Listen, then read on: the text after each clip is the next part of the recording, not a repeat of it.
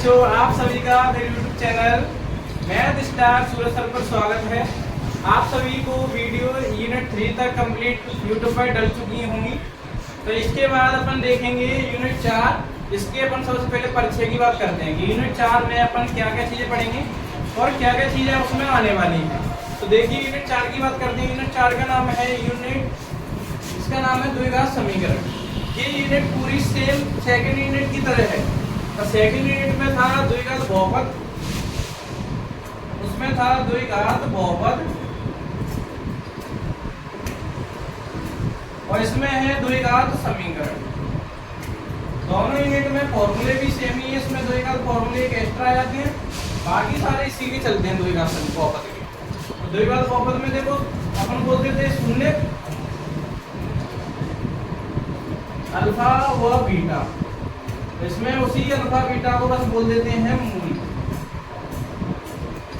Alpha व beta. अगर शून्य की बात करेंगे तो यूनिट 2 में चले जाएंगे और अगर मूलों की बात करेंगे तो यूनिट 4 में आएंगे। तो देखिए अपन चलते हैं यूनिट 4 की तरफ, जिसमें क्या लिखा है, जिसमें लिखा है,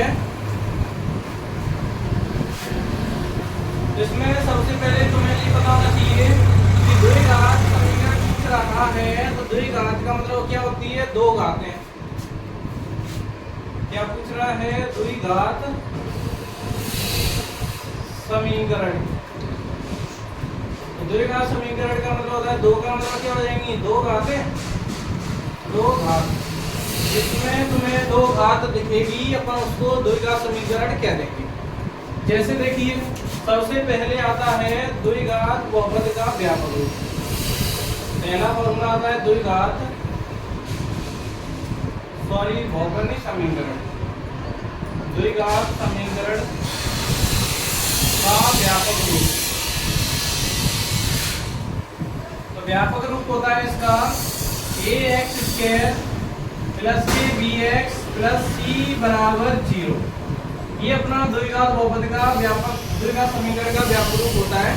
जैसे इसमें दिख रहा है, देखो आपको सबसे पहले स्क्वायर वाली, उसके बाद बिना स्क्वायर वाली, उसके बाद आएगी संख्या। जैसे देखिए, जैसे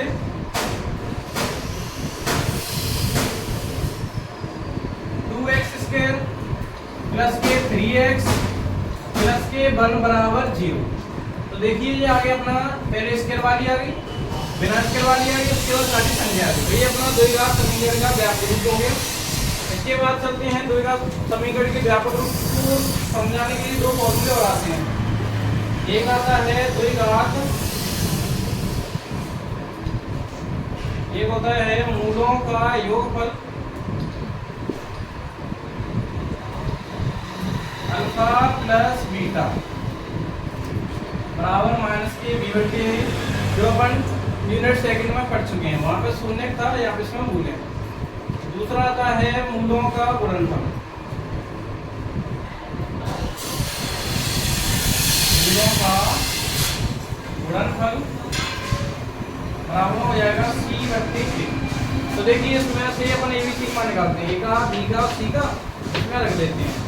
तो देखो इसको बोलते हैं अपन भाई अल्फा, इसको बोलते हैं बीटा। देखिए अल्फा और बीटा दोनों हो गए। तो तीन फॉर्मूले के इसमें ये होते हैं मेन, व्यापक रूप, मूलों का योगफल और मूलों का गुणनफल। इसके बाद आता है इसमें विभक्तकर वाला।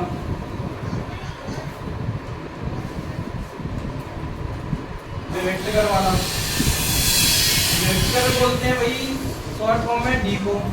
तो इसका फॉर्मूला होता है b² - k 4ac। तो देखिए चाहे तो विभक्तकर लिख के दे दे, चाहे d लिख के दे दे, और चाहे ये फॉर्मूला लिख के दे दे, तीनों का मतलब एक ही है। चाहे उसकी जगह वो कुछ भी लिख के दे दे। विभक्तकर को क्या बोलते हैं? d से दर्शाते हैं।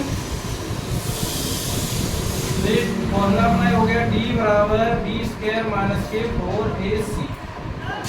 जब वो विभक्तकर पूछेगा तब। या और एक इसके पूछ लेता है मूल, ये मूल वास्तविक है कैसे हैं? तो देखो मूल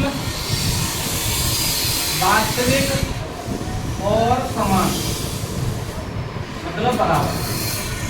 वास्तविक और बराबर होंगे तो अपन लिख सकते हैं इसको बी स्क्वायर माइनस के 4ac बराबर 0 या d बराबर 0।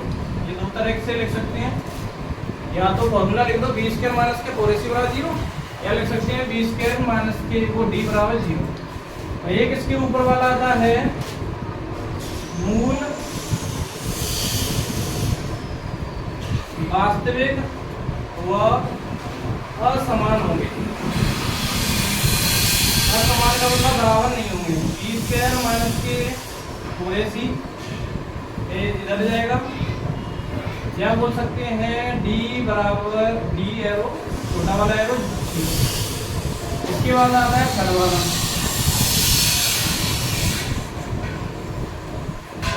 मूल कैसे होंगे, काल्पनिक होंगे।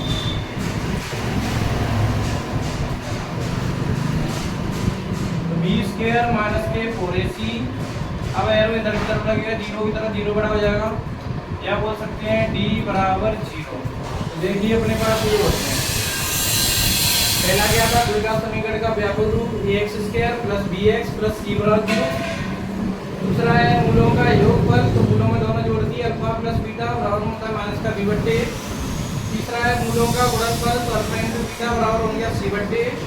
इसके बाद है विभक्त करने का फॉर्मूला d बराबर b स्क्वायर माइनस के 4ac।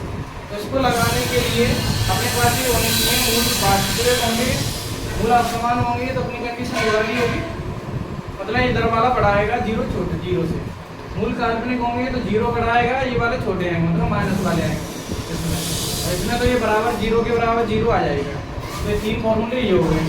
इसके बाद चलते हैं अपन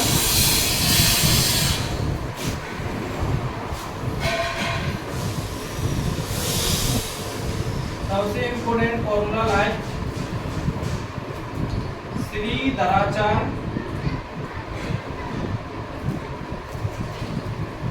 सूत्र विधि,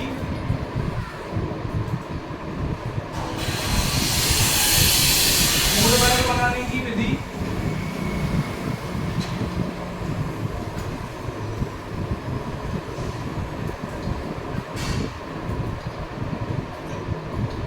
द्विघात समीकरण,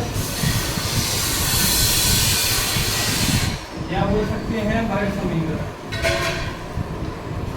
ये नाम आपको दिख जाए याद करने के लिए, तो अपना ये फॉर्मूला लगता है x बराबर माइनस के b plus minus b square minus के 4ac बटे हो रहा है 2a। ये अपना फॉर्मूला आता है। चाहे तो श्रीधराचार्य विधि पूछ ले, सूत्र विधि दे दे, पूर्ण वर्ग बनाने की विधि लिख के दे दे, द्विघात समीकरण दे दे, वर्ग समीकरण दे दे, कुछ भी दे दे, तो अपने ये फॉर्मूला लगाएंगे। इसके बाद द्विघात समीकरण का व्यापक रूप ये था, योगफल गुणनफल और विभक्त का ये है, और ये अपने तीनों ये आ गए। इसके बाद जो अपन छोटे वाले फॉर्मूले पढ़ते हैं बच्चे वालों, a प्लस बी का whole square, a square plus के 2ab plus b square, a minus के b स्क्वायर का whole square, a square minus के 2ab प्लस b। ये है, ये सारी चीजें हम इसमें पढ़ने वाले हैं। इसको अपन आई थिंक आप सभी को इसका परिचय समझ में आया होगा।